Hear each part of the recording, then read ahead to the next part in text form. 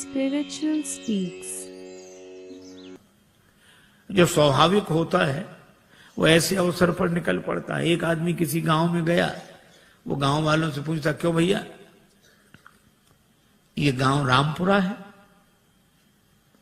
तो गांव के लोग, बुंदेलखंड की घटना, ये रामपुरा है?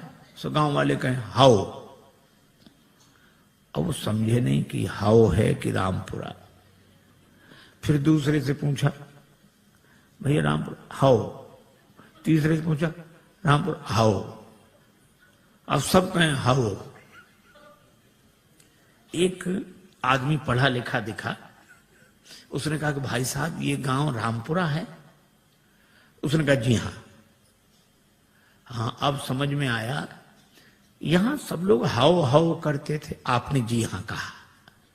तो वो बोला कि जो बिना पढ़े लिखे लोग हैं वे हाओ हाओ करते हैं, और जो पढ़े लिखे हैं वे जी हाँ ऐसे बोलते हैं। अच्छा, तो आप तो पढ़े लिखे होंगे? तो बोला हाओ। अब जो स्वाभाविक था सो निकल गया। राजस्थान के एक छोटे से गांव में एक महात्मा गए, सत्संग हुआ।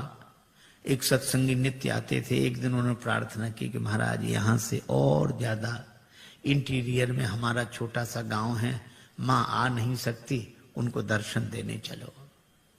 महात्मा ने कहा ठीक चलते हैं। एक दिन गए, उस व्यक्ति ने मां से कहा कि मां महात्मा आए, प्रणाम करो। तो बुढ़िया श्रद्धालु तो थी, लेकिन अपने टूटी फूटी मारवाड़ी बोली में बोली, गोरूजी थारे खुर छू।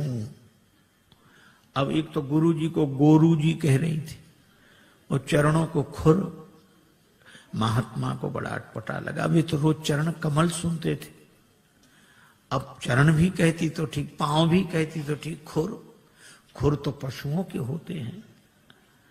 तो महात्मा उसे प्रेम से समझाने लगे, माता जी ऐसे बोलती हो महात्माओं से, नरक जाओगी नरक।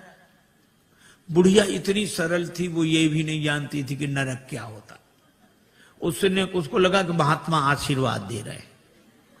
सो हाथ जोड़ के कहने लगी, महाराज हमारा कहां भाग्य जो नरक जाए, नरक तो आप जैसे महापुरुषों को मिले हैं प्रभु।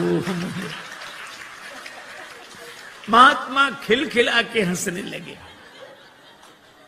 अरे ऐसी सरलता पर महात्मा क्या परमात्मा प्रसन्न हो जाते हैं।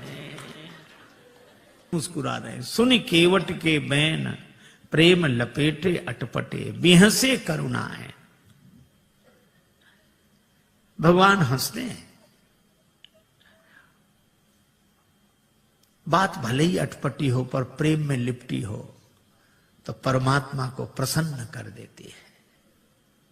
यह से करुणायन। और केवट की मांग की चौपाई एक ही, बहाने से भी बात नहीं बनी। एक के घर मेहमान आया, जाने का नाम ना ले। दोपहर का तो भोजन करा दिया, वो इतना कृपण कि शाम का भोजन न कराए, लेकिन मना कैसे करे। बेटे से बोला मेहमान के पास जब बैठे हो तब आकर पूछना शाम के भोजन के लिए। बेटे ने कहा पिताजी शाम को भोजन क्या बने? तो पिता मेहमान के बगल में बैठा था। पिता कहने लगे शाम को फिर भोजन? अभी मेहमान के साथ तो हमने भोजन किया ही था, अब शाम को फिर भोजन करें? हम कोई राक्षस हैं? मेहमान से पूछ लो, मतलब मेहमान भोजन करे तो राक्षस। बेचारे मेहमान ने भी कह दिया कि नहीं ठीक है, हो गया। बहाने में लोग बड़े चतुर। एक महात्मा किसी वृद्धा माता के यहां भोजन को गए, मैया ने सब भोजन परोस दिया, पंखा लेके बैठ गई। थाली में पीछे पापड़ रखे थे, पापड़ परोसना भूल गई। अब महात्मा का मन पापड़ पे जाए बार बार।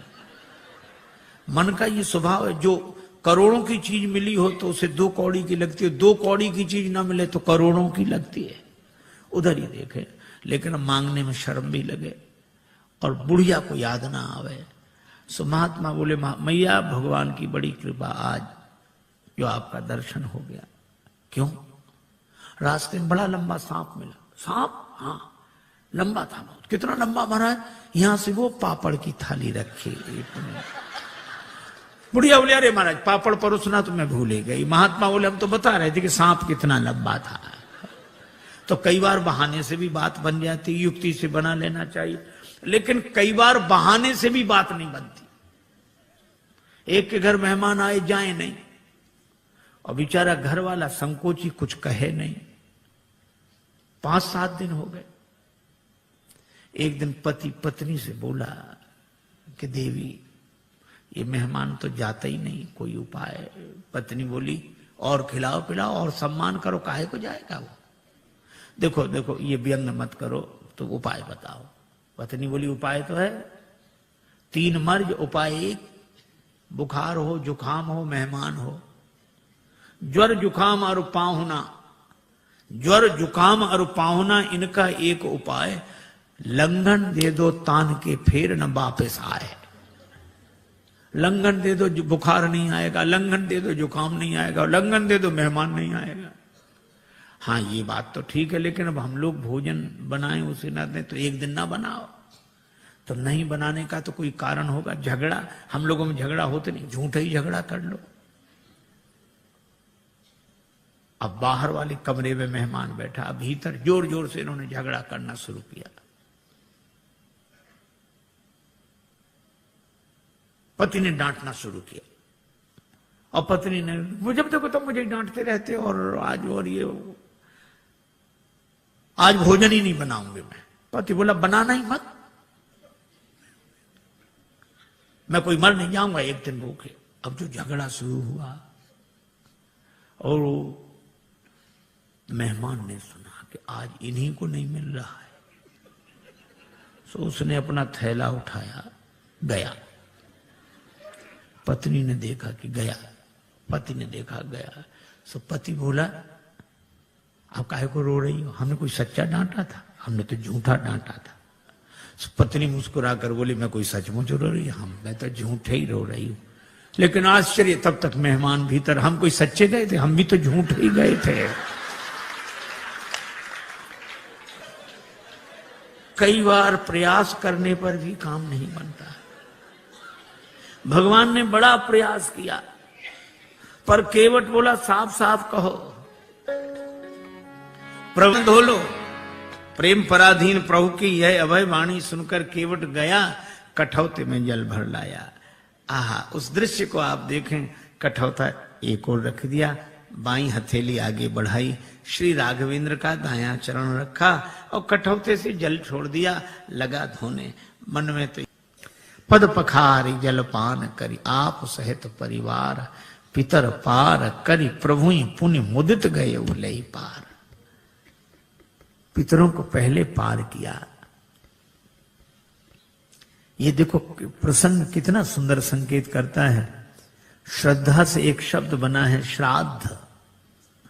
हम लोग उनका भी श्राद्ध करते हैं जो हमारे पूर्वज अब शरीर में नहीं है। पर एक व्यक्ति मरा, उसके 2 बेटे, मां बहुत कहेगा कुछ करो, बेटे कहते हम इस सब में विश्वास नहीं रखते, क्या फायदा, इससे क्या फायदा। मां ने एक दिन कहा कि पिता की अस्थियां गंगा जी में ही छोड़ आओ, 16 किलोमीटर दूर है, इससे क्या फायदा। मां बोली कि तुम विश्वास नहीं करते, पर जिनकी अस्थियां हैं वे विश्वास करते थे। छोटा बेटा बोला ठीक है हम चले जाएंगे। साइकिल से गया, थैले में पिता की अस्थियां लेकर 12 किलोमीटर दूर गया। एक नाला बह रहा था, कहां जा रहा, 4 किलोमीटर बाद गंगा जी मिल जाता है। बेटे ने सोचा नाला जा ही रहा, हमारे जाने की क्या जरूरत, वहीं छोड़ दी पिता की अस्थियां। लौट आया, मां ने कहा क्यों, पहुंच गई होंगी।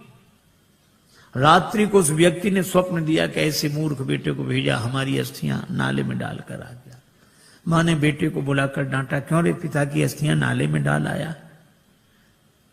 बेटा बोला तुमसे किसने कहा, तुम्हारे पिताजी आए थे रात को सपना देने। तो भी उसने अपनी गलती स्वीकार नहीं की। बोला पिताजी का तो जिंदगी भर दिमाग खराब रहा, मरने के बाद भी पागलपन गया नहीं है। माँ ने डांट कर कहा क्या पागलपन है। बेटा बोला 12 किलोमीटर इधर लौटकर सपना देने तो आ सकते थे, 4 किलोमीटर उधर नहीं जा सकते थे। यह हाल है। आज रक्त के संबंधों का पहले जैसा अर्थ नहीं है। आज रक्त के संबंधों का पहले जैसा अर्थ नहीं है। तर्पण भी मिल ही जाएगा, ऐसी भी कोई शर्त नहीं है। लेकिन केवट का प्रसंग हमें सिखाता है, पितर पार करी प्रभु पुण्य मुदित गये लई पार।